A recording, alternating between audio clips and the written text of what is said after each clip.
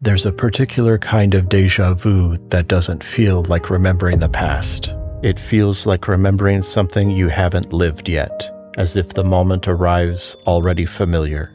You step into a room, or a street, or a fragment of light, and something in you says, "I've been here before," even though you know you haven't.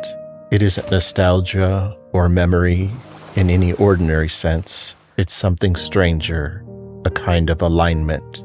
Psychologists describe déjà vu as a familiarity signal firing without a matching memory, a retrieval mechanism misfiring. Their findings tell us that people who watch large amounts of movies report déjà vu more frequently, not because movies create the feeling, but because films expose you to thousands of visual patterns, rooms, gestures, compositions, and the more patterns you've absorbed, the more the world begins to echo them back.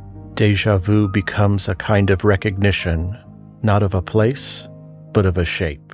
This is where cinema and déjà vu start to overlap, and where your mind begins to behave like a pattern collector. Cinema understands this even when it isn't trying to.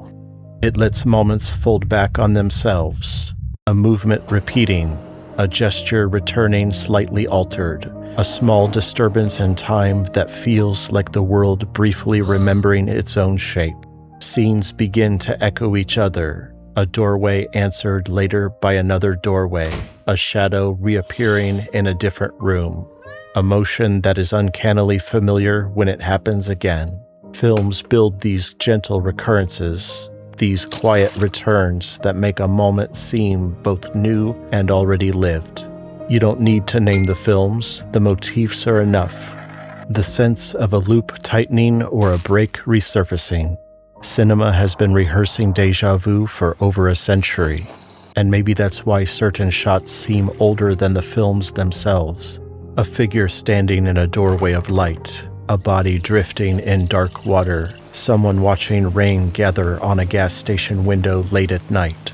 These images feel like they've been waiting for you. They feel inherited, as if cinema wasn't creating these images so much as revealing them. Among visionary filmmakers, Andrei Tarkovsky stands apart, shaping moments that seem to surface from some earlier life. A woman rises weightlessly, a trembling candle crossing an empty pool, rain pouring indoors as though time itself had slipped. He filmed gestures with such quiet reverence that they became archetypes, memories without owners. His images feel less like symbols and more like fragments of a world that has always been waiting. And then filmmaker Terrence Malick approaches images as if the world carries its own memory, and his films move through that memory with a kind of quiet attention. There are moments when the landscape feels aware of the people moving through it. A girl rises in a yard, her body lifting through the stillness like a thought breaking loose.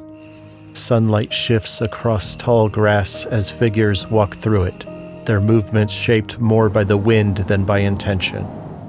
These images register not as scenes, but as recollections the world has been holding in reserve.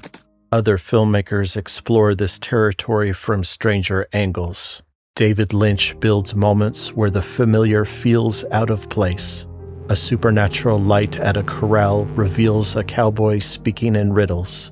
A man in an industrial wasteland drifts into surreal fantasies. And a group of rabbits performs domestic routines on a stage.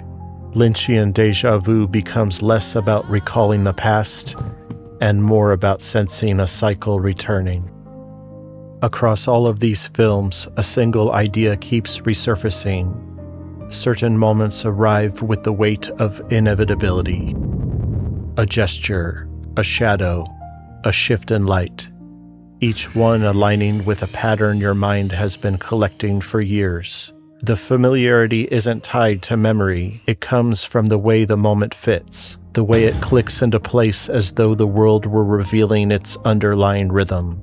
Déjà vu lives in that alignment. It's the instant when perception catches up to a pattern already in motion, a future that feels pre-remembered.